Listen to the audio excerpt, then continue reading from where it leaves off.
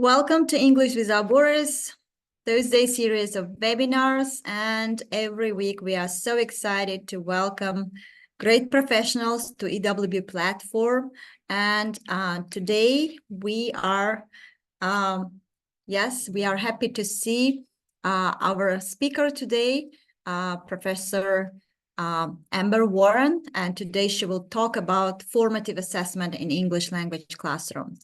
And so we got a chance to meet with Professor Amber Warren in Uzbekistan early this year in January at the international conference, and it is our pleasure to welcome you at the EWB EWB webinar, and also we hope to see you someday in EWB National Conference.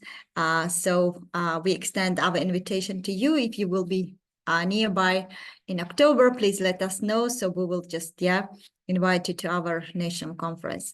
And dear all, please get engaged, be active if you want to expand your understanding and also your knowledge about formative assessment in English language classroom. This webinar is for you.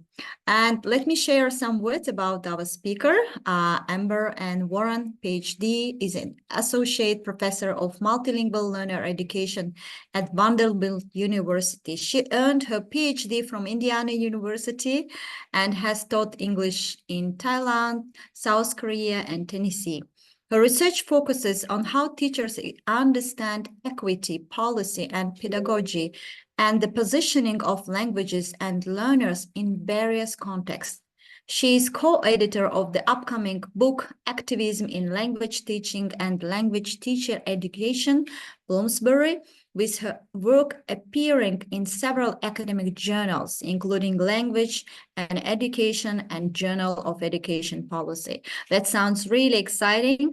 So, and with great pleasure, I'm giving the floor to Professor Amber Warren. Welcome virtually to Tajikistan, and over to you. Dear all, please get engaged, and once you have any questions, you can put your questions in the chat box in Zoom, or you can put it in the comment box on Facebook, because this webinar is being live streamed via Facebook. So let's enjoy this webinar and let's get started. Over to you, Professor Amber. Thank you. Thank you so much. So I'm excited to speak with everybody today about formative assessment in English language classrooms. Just a little bit about why I talk about formative assessment. I've been teaching English language teacher assessment strategies and practices since 2011 when I was doing my PhD program. So it's a topic that is near and important to me, because when I was a student, and maybe many of you feel this way too, I did not like assessment very much. And so it is my goal to make assessment less unpleasant and better experience for my students and more useful for me and for teachers that I work with. So that's my interest in this area.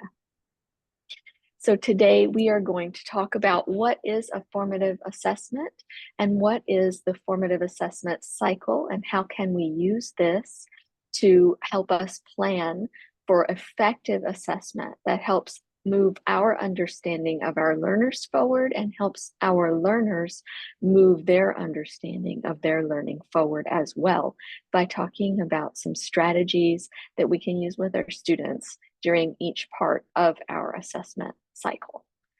So we're going to do that by talking first about what is quality teaching and how assessment is connected with that. And what is this formative assessment cycle? What can we do as teachers? How can we engage with this cycle? And how can we use assessment not only for ourselves, but to encourage our students to become better self-assessors and understand their own learning? Because actually our goal is, of course, that our students would be able to go away from us one day and continue to study English and learn and use English for their purposes on their own in the future. And then hopefully we'll have a good discussion and some questions. So first, what is quality assessment? And why do we talk about assessment when we talk about, why do we talk about instruction when we talk about assessment? They fit together and go hand in hand because without quality assessment, it would be very hard to have good quality instruction. And without quality instruction, it would be very hard to know whether your assessment was effective.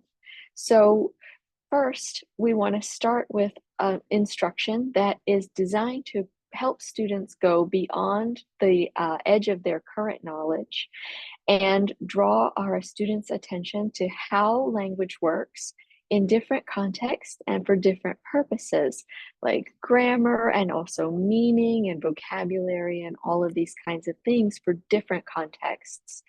And of course, we want to build on what we see as our students' strengths, where they are doing well, and help them move beyond that to that edge of their current knowledge so that they can recognize and become more self-directed learners. And as part of this, we need to have good instruction. We need to have good assessment that helps us understand whether our instruction is successful. So we set learning goals and criteria for success, and we include good supports that help our students get to our goals. And we should use authentic and rich tasks as much as possible to provide evidence for our students' learning related to the skills and the knowledge that we're trying to help them develop. And we want to make sure that our assessment provides opportunities for students to learn and reflect on their growing and knowledge and on themselves as learners as well. So when we think about assessment, we can think about really 3 different kinds of data that we might gather. And I want you to be thinking about this while we talk about this, because in 1 minute, I might ask you to share what kinds of assessment you use. So think about this as we're talking. So we can take all kinds of data to find out about our students' learning. And we might divide that into 3 kinds of levels. We might think about big picture data or satellite level data. It can show us patterns of learning and patterns of growth or achievement across a class or across time.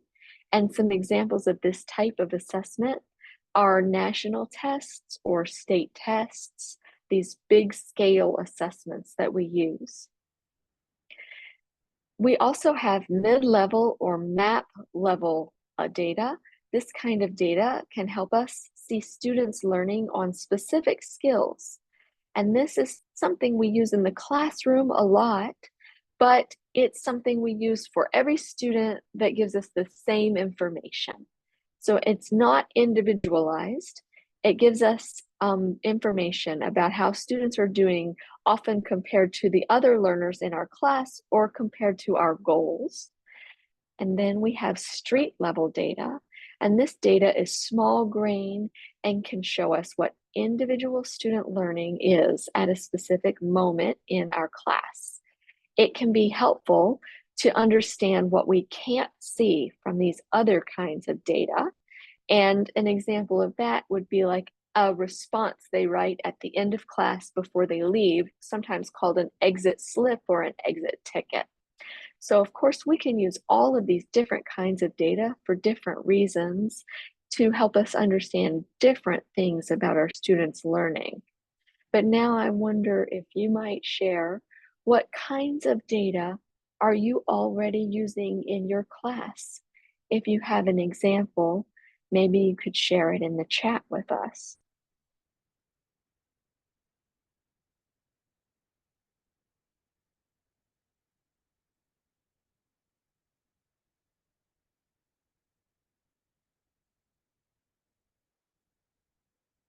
Assessment can definitely be very difficult. Oh, weekly and daily quizzes. Yeah, that's a very good way to find out individual students' learning. Oh, discussion forums. I love discussion forums too. I use those also. That's a great idea.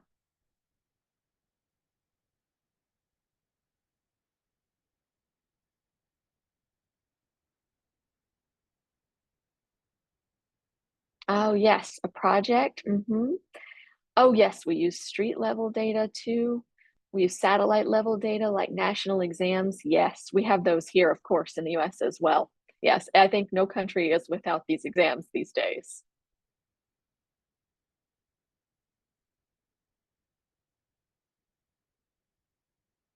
So interesting. So I think we're all using so many different kinds of data in our classrooms already. Oh, yes. Oh, TOEFL and IELTS, of course. We can definitely use all three of them in our class. I agree. For us, for today, we're going to skip the big ones and we're going to focus at the mid-level or at the street level. And those are places where we can do sort of the more formative, exit slips and reflection writing. Yes, I totally agree with those. Those are good examples of formative assessment, which is what we're going to talk about today. So formative assessment, just to make sure that we have the same definition that we're all sharing and working with, is something that is planned. It is something that is ongoing, that is part of a process of learning. That's again how assessment and learning go hand in hand.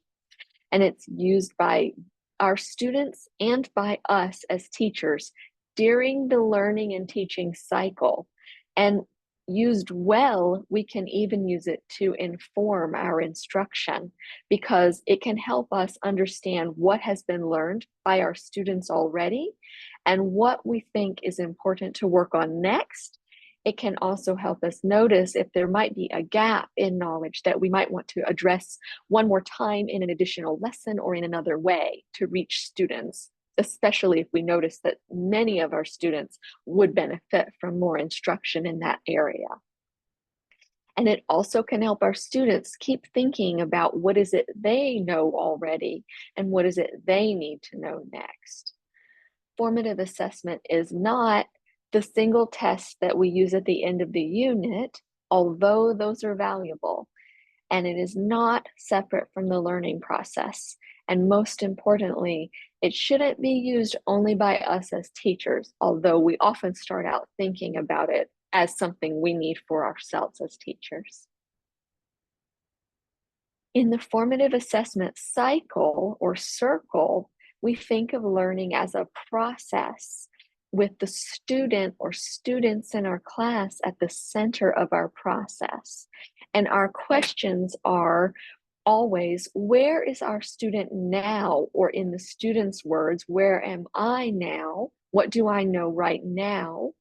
And where am I going?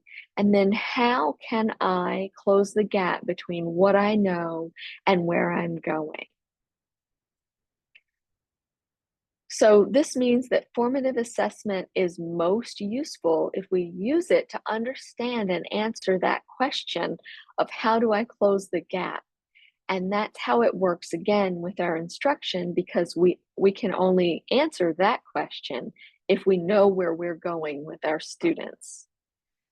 So when we start to plan for formative assessment, we first want to start to answer the question, where am I now and where am I going?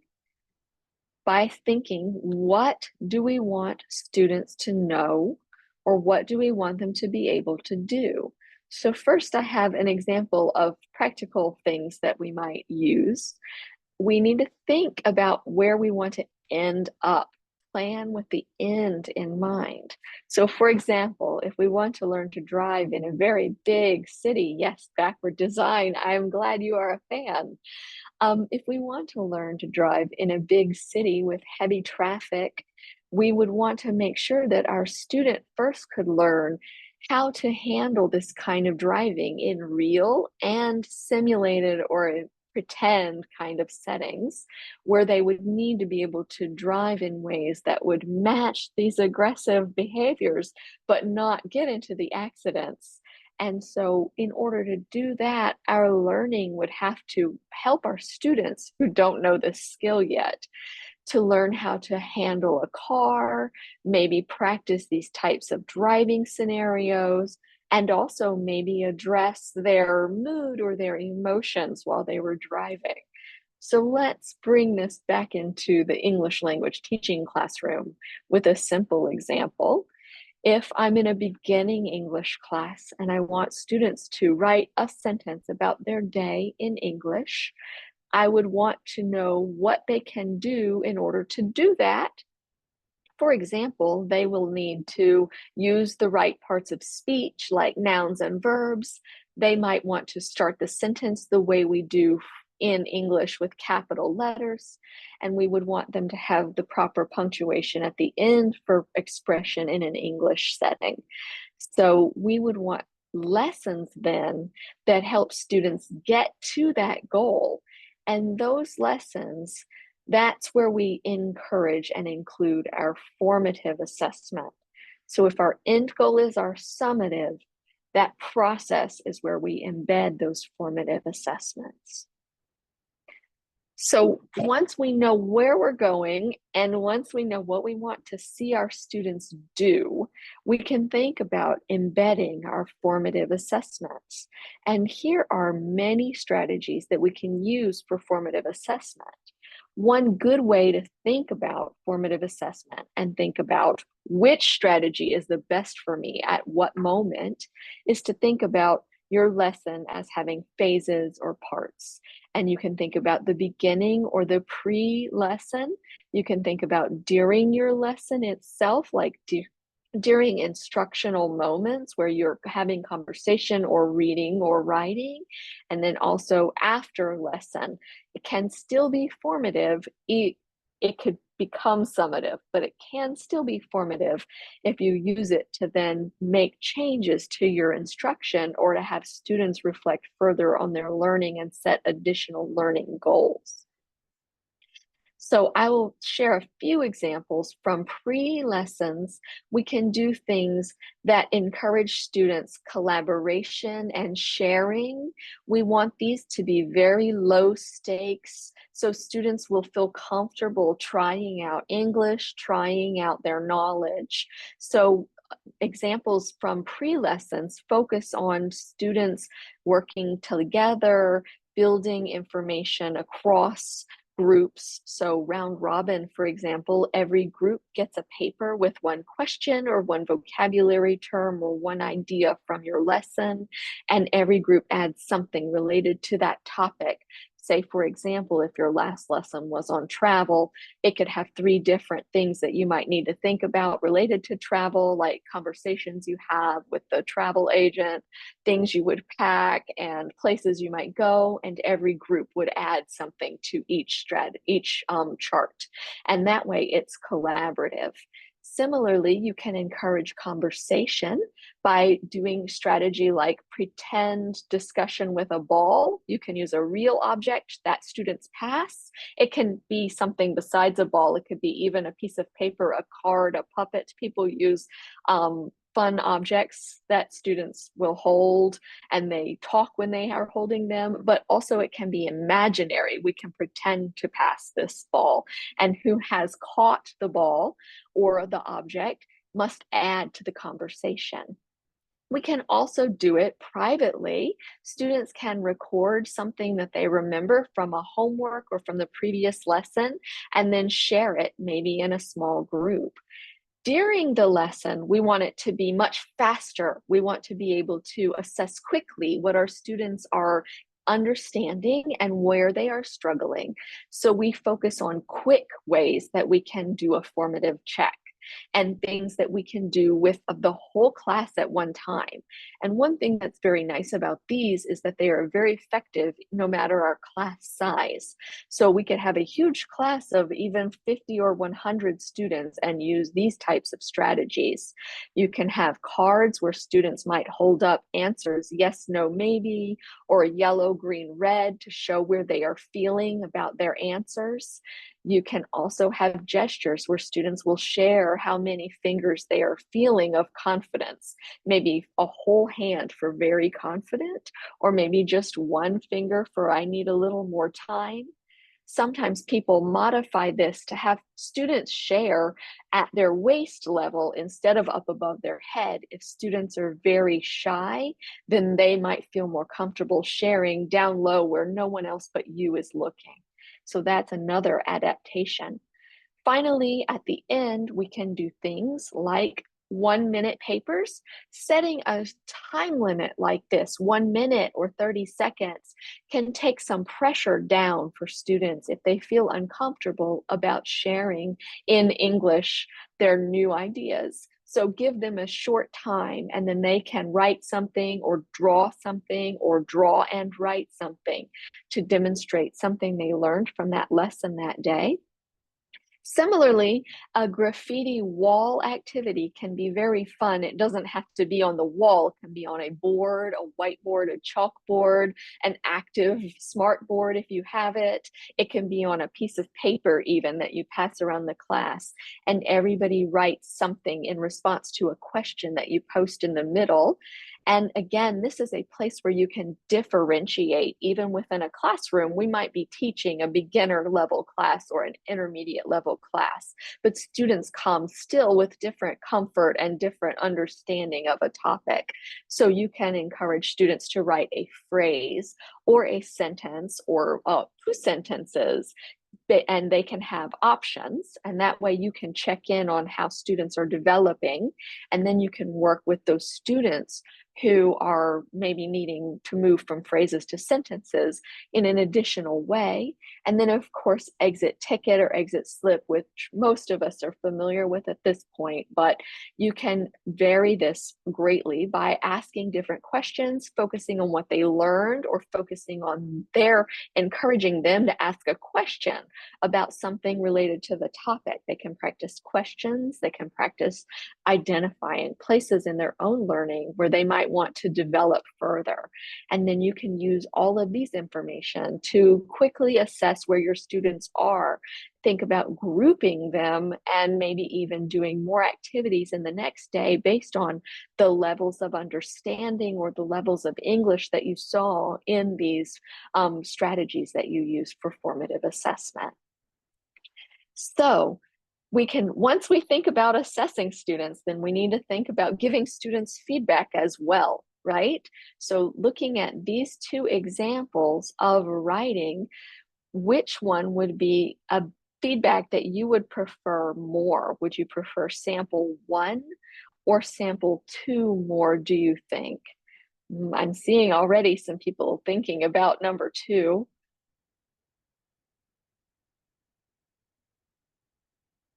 I really appreciate all kinds of different formative assessment as well.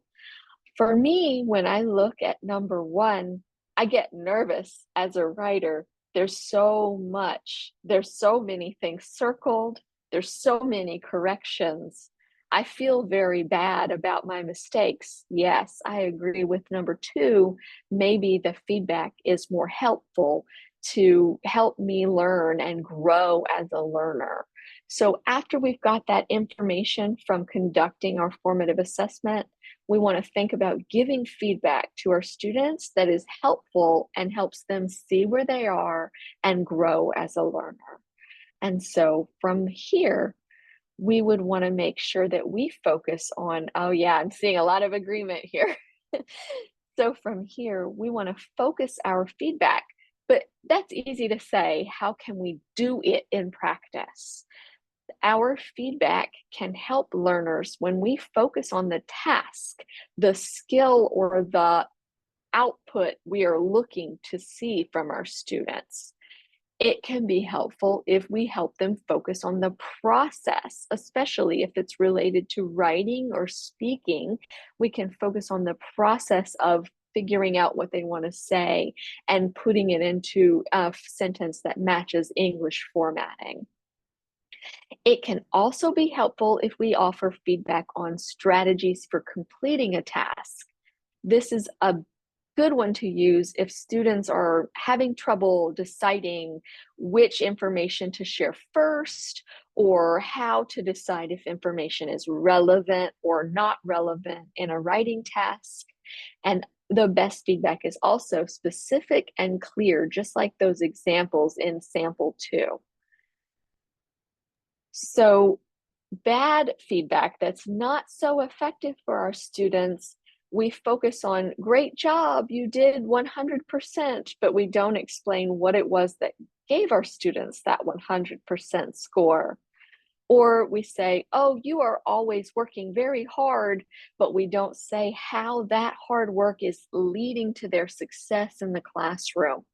Adding on that extra information. You are working so hard, and I can see that it is showing in your grammar. You have really developed that past tense irregular verb construction over your time and effort.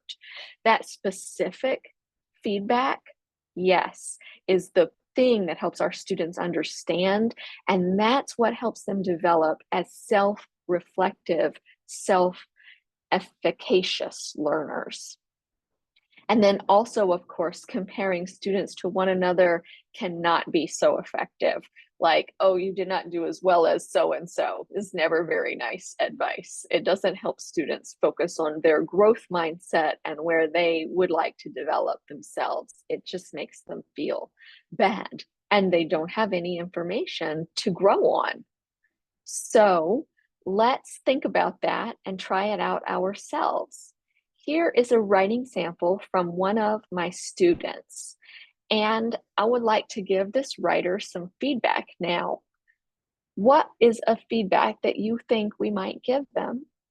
It could be focused on the task, writing about all about me, the process, how do we plan for writing or how do we conduct writing, or strategies, and something that would be specific and clear. What's one piece of feedback or advice you might give this writer if you saw this in your classroom?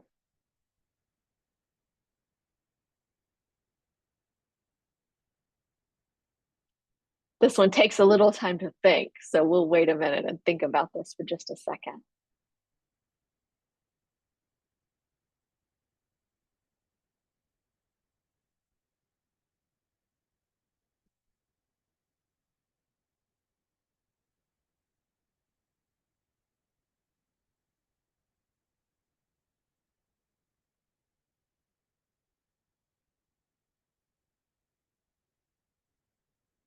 To me, if I'm having trouble deciding where to start, one thing I do is look for something I can say they did well. For example, this person has a lot of adjectives and a lot of nouns to describe their appearance.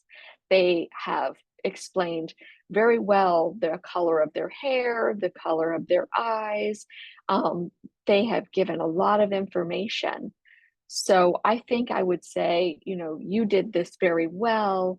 And yes, please work on your punctuation. That's a good point because they had this great list, but they didn't include the punctuation that they would use in a list like this. That's a good idea.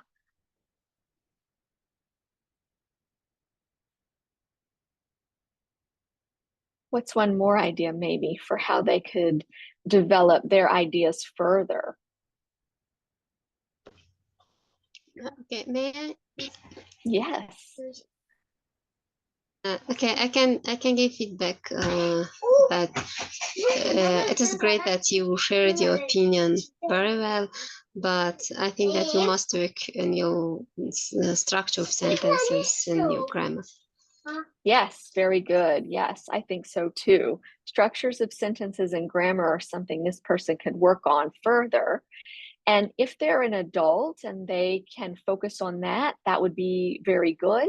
If we as a teacher need to scaffold even further, we could add an idea for their grammar. We could say, look at the punctuation, look at the past tense, look at the way you explain this piece of grammar. So we could start there, see how our students go. If they need more help, we could offer one more piece of more specific support. These are such great ideas. Yes, wonderful. Thank you so much. Let's see. After we've done that, we want our students to become self-regulated learners and have this growth mindset to think about how to identify areas for themselves. We hope that they take our feedback and learn how to give themselves feedback. So we'll think quickly about self-assessment. That happens when our students are able to now take our advices and make judgments about their own learning. So in order to do that, just like everything, we need to scaffold and give feedback, just like we were doing with their piece of writing. So we can introduce self-assessments by going slowly with our students, providing them some scaffolds, some ways of supporting their self-assessment. We can give examples and model self-assessment, and we can even give feedback on their own feedback. So to try that, we could try out different strategies. For example, we might ask students to share their best answer or their best piece of work from that day's class. We might ask them to choose a piece of their work that meets that day's lesson goal, like I conjugated verbs accurately, or I used adjectives to explain my writing more detailed. Or we might ask students to write a question that they would like more help with. And we could use a strategy like 3, 2, 1. Or if that's too much to write for our students, we could do 1, 1, 1, or just 1. And then when they develop further, we could do 1, 2, and build up. So depending on where our students are, we can meet them where they are at and help them grow with this self-regulated self-assessment. So for example, tomorrow or the next time you teach, you could try scaffolding supporting self-assessments like I did blank well, and students can just fill in what they did well that day. I can work on blank more. Students can fill in an area they want to continue to grow, like in their grammar. Or I'm not sure about, or I have a question about, and they can fill in their question. Another thing that can be helpful in this moment, if students are uncomfortable saying something they did well, sometimes we feel very shy to say, oh, I'm good at this, right? And so sometimes in that case, we can encourage a classmate to give feedback. I thought this person did this very well. I admire this person's pronunciation of this word, or I thought this person did a great job with the dialogue today. And giving peer feedback can help students feel more comfortable, and then they can practice identifying something about themselves. So it can be another other way to scaffold if students feel uncomfortable getting started. So we're going to wrap up by trying it out right now and writing one thing we learned about formative assessment, one thing you want to try, or one question that you have about formative assessment right now, please. Thank you. What's something you would like to try that you have not tried? Or what's a question that you would like us to discuss next?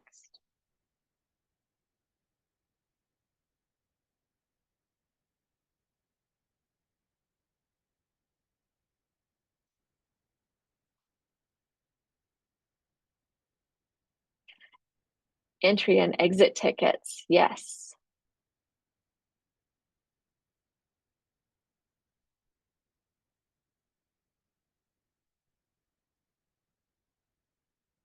Exit tickets, yeah. Oh, yes, group walking for formative assessment is a great idea. I'm really excited about getting learners moving around because they engage with each other more, and sometimes they would have more opportunities to use English together more while they are talking.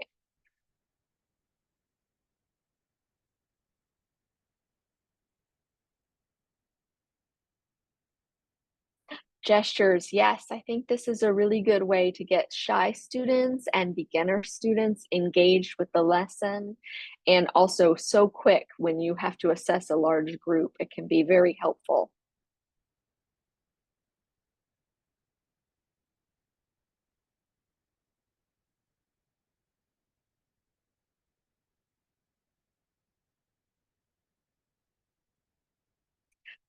Traffic light, yes. I agree. I think that one can be creative. It's a creative way to get an idea. And also, students have a chance to say, I'm kind of getting it, because they have that middle light. So you can say, I really get it. I kind of get it. I am definitely not getting it. Yes, I agree. Mhm. Yes. I love to bring in drawing, even if students are very strong in language. Adding drawing can help us see things differently. It can activate our creative side of our mind, and it can help us connect our drawings to our ideas. And it strengthens the connections for us in our brain between what we know and the language we want to use to describe it.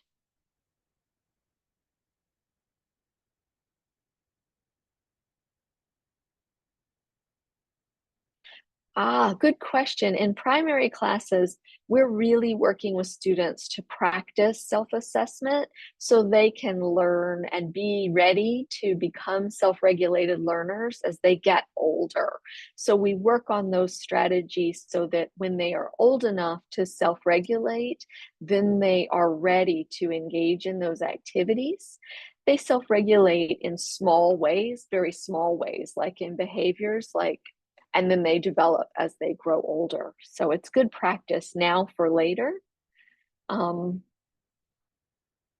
ah, if yes, sometimes that's a good question. Sometimes students don't know what they are not doing well, and sometimes they might only notice something positive, and they're not sure how to notice what they did not do well or where they are struggling. And so one thing we can do with that is maybe in tied into our ways of giving feedback. When we give feedback that's more specific, like adding on to, you can work on this piece of your grammar, that can help our students in turn focus in on that specific piece. And so if you do that and then you say, okay, what's one more thing that students can work on? Maybe they could practice saying something very specific like you did. So that's one way we can help students when they're not ready to give feedback like that.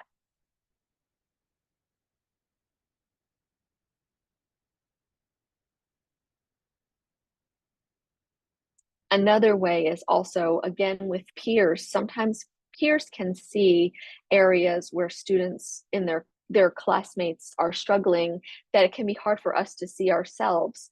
We can practice with peers in a comfortable environment too, especially if you do make one person who's already understanding and one person who's struggling. That person can give feedback, and then the struggling person can learn to give themselves feedback through that process. Mhm. I agree. Asking for help when they need help rather than being silent is also a struggle sometimes. It's one reason that I like traffic light or thumbs up, thumbs down, these kinds of things that help everybody stop and self-assess. Students might be willing to admit that they are struggling if everyone is assessing at the same time, especially if you keep it low where they're hiding it and not holding it up high for every classmate to see. It can be a good way to encourage students to admit they are struggling in a moment or with an idea or with a grammar or something like that. That's a great question.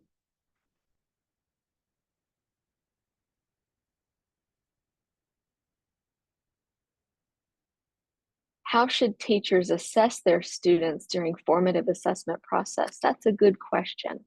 So one thing we can do with formative assessment, if we're doing it during or after the lesson, is organize what we see our students into kind of big groups.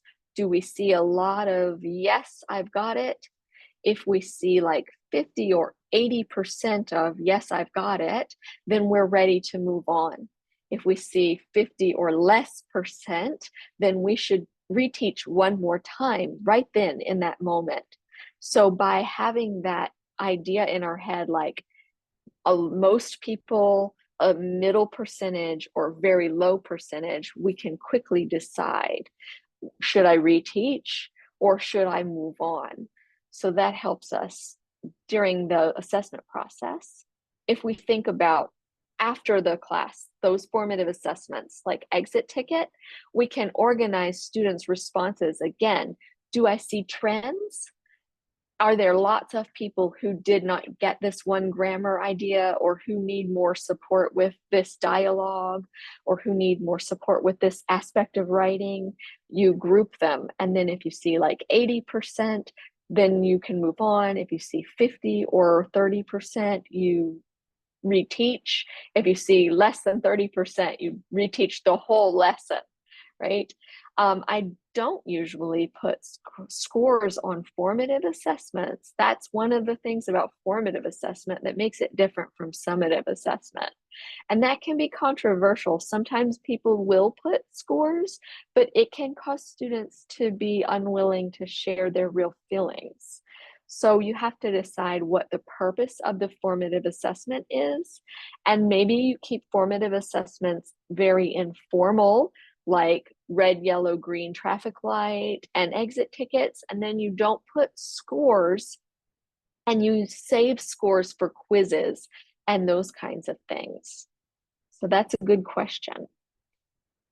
For primary schools, I like things that are active, the ones that get students moving, and the ones that are low stress, where they have opportunities to show pictures. I think that one can be the best for the younger learners. I think I've caught every question that I saw so far.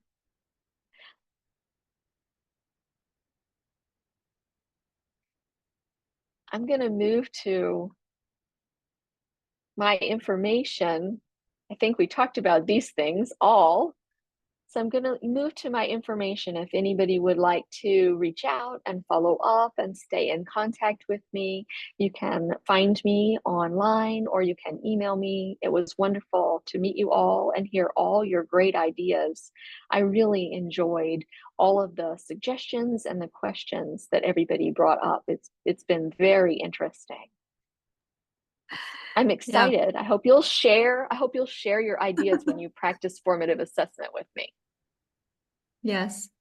Yeah, thank you so much, Professor Amber Warren. So the thing is that, like, I really, because you have a very extensive experience.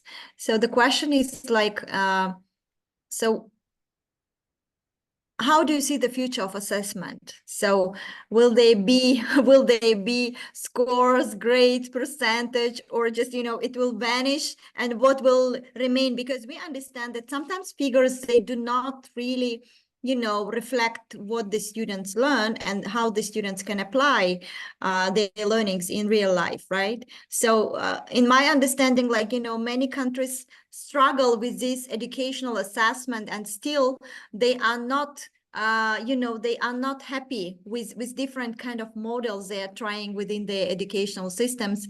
And so how do you see the future of this assessment?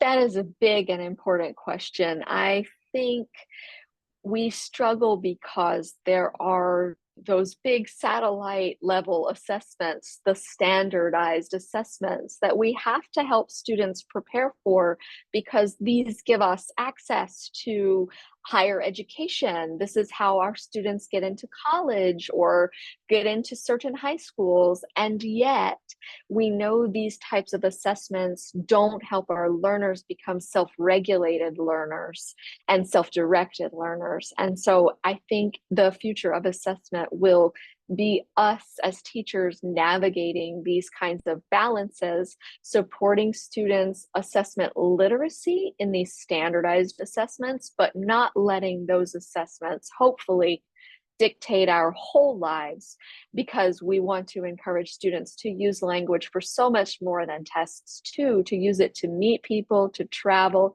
to engage across the world like we've done today. There's so much more that we do with language besides take a test and go to college with it, hopefully. So I'm afraid I think it's going to continue, but as teachers, we can continue to do what we know are best practices and build these kinds of things into our classrooms too. I'm seeing some more questions. Yeah, thank you so much, Professor Amber. So we have another question in the chat box. So Natia, she's from Georgia, so she's asking, how can we implement technology in assessment? If we have access, oh, yes. If we have access to technology in the classroom, we can absolutely use it. And a small example is poll kind of software and these kinds of things. I use some quiz games online and this kind of thing with students. And we can do informal quiz games like Kahoot is a website that I use with my class. I see some people nodding. You might have heard of this. I use it to informally check in with students about what they know and what might be gaps in their knowledge that we can address in the lesson that day. And then I know people are interested in AI and technology and assessment. I think it's continuing as a field to develop, and that we don't quite yet know where we're going to end up with that. But if you want to explore with it, I found it's very important for our students to have a strong basis of their knowledge of the topic before we engage them with the AI, just like we would want them to have a strong basis of their knowledge before we just gave them the answers from a computer. It hasn't really changed anything all that much, even though it makes things look faster right now, I'm afraid, right now. So, but we'll see. Oh, Jeopardy, yes. Kahoot, yes.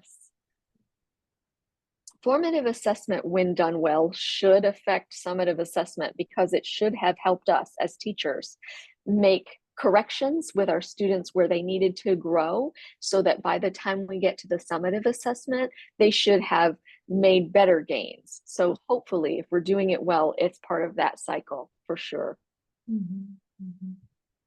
Yeah. So like maybe a month ago, I read one blog. One teacher was sharing because even when we do formative assessment or summative assessment, at the end of the day, it does not reflect the metacognitive skills of our students, because when we are comparing the students, it's kind of, we are trying to find the average, and through the average we are trying to put the assessment, which is not correct. So I don't know, to some extent I agree with her, but to some extent, there should be some other tools that teachers can use in their classroom, to find this balance between, as Bahtibegi mentioned, between being subjective and objective.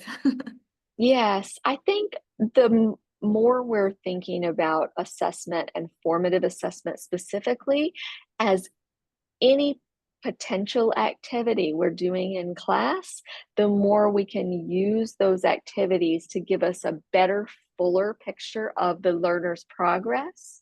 When we make assessment separate and isolated and it's not part of the process, then we lose that full picture and it gets smaller and smaller and smaller. But also always, we are people, and people are so much more than even just all of our assessments, because we have other experiences too. And remembering that, I think, can help our students as well. Okay. Yeah. Thank you so much. So, dear all, if you have, the last questions, please hurry up. You can unmute yourself or put in the chat box. And if our audience from Facebook also have their questions, please kindly, forward their questions in the chat box. Thank you so much. Personally, I believe that formative assessment, over the time, will be replaced. And then, I don't know, with any type of, other tools, but then, the summative assessment remains. So I don't know, that's kind of my personal opinion, but let's see. I think the tools we use always change, but the idea of using our students' practice to inform our instruction, I think, is a strong idea. Okay, yeah. Yeah, that was very interesting. So, if there are no questions, so let us let us once again extend our deepest gratitude to Professor Amber Warren. Thank you so much. We understand that your school year started, and despite your busy schedule, yeah, you shared your experience and expertise, yeah, through EWB webinar. Thank you so much. And Muqaddam, if you have question, please go ahead.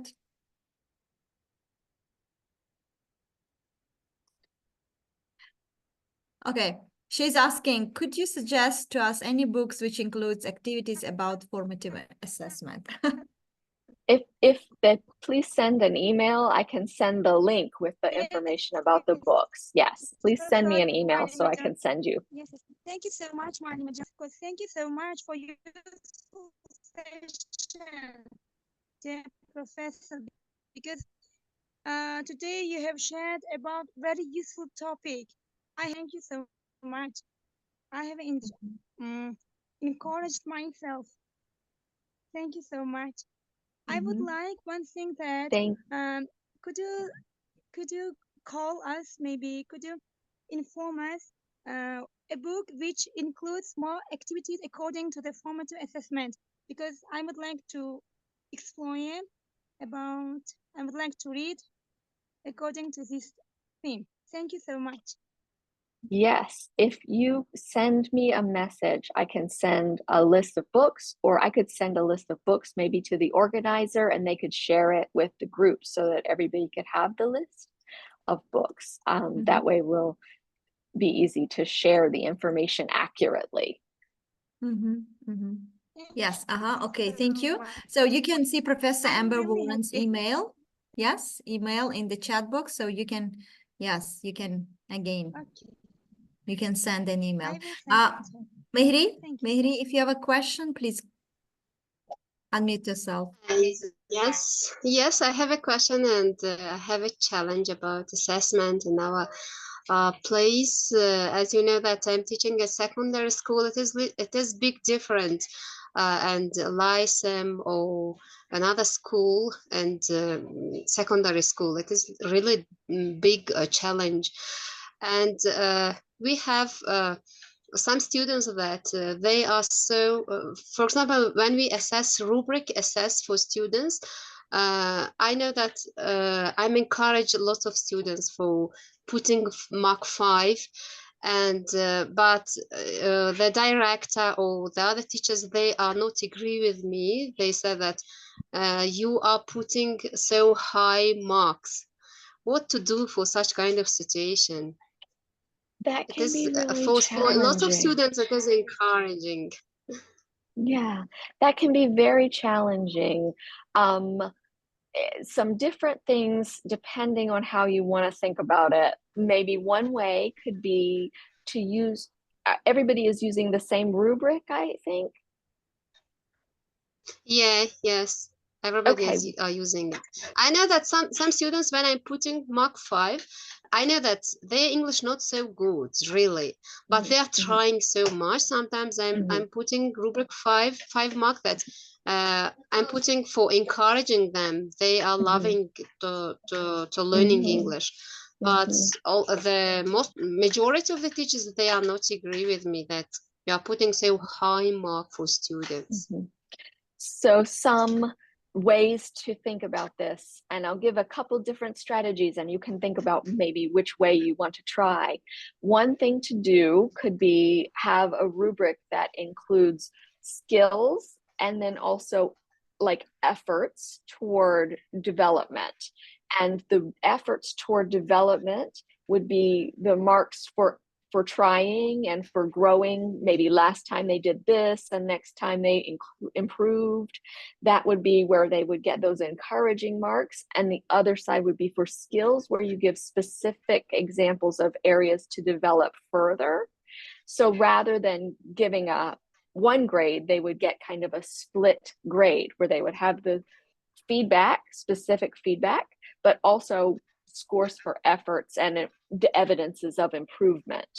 Another way to try could be to give students process writing assignments where they write something and then you work together, find errors and make changes, and then they get another score on the new revised version of writing so that the score grows differently. If that's something that can work in your country, I don't know, but that's why I'm suggesting so many different options, because maybe different contexts require different ways of solving the problem. Yeah, exactly. Thank you so much. Thank you. I will try to use it. Thank you. Okay. Yeah, thank you so much. Once again, so many good discussion around this topic. And let us see if there are any last questions. No, I guess no questions left. Anyway, it was really great. Thank you so much, Professor Warren. Yeah, it was our pleasure to host you, and we hope to see you more in more webinars in the next year, maybe when you will be more available, and we will be happy again, yes, to see you at EWB Thursday webinars. So thank you so much, dear audience, dear followers who are joining our platform on a regular basis on Thursday webinars. Yeah, so it's great to see how you are growing, how you are getting active, and how you are just sharing your opinion and asking questions. That's really great. And we hope that the tips that you learned today, you will start to apply in your class and maybe just share the results in our Telegram group. Thank you so much. Once again, have a great day, Professor Amber Warren, and dear all, have a great evening. Thank you so much and see you next week. Bye-bye. Thank you. Bye-bye. Thank you.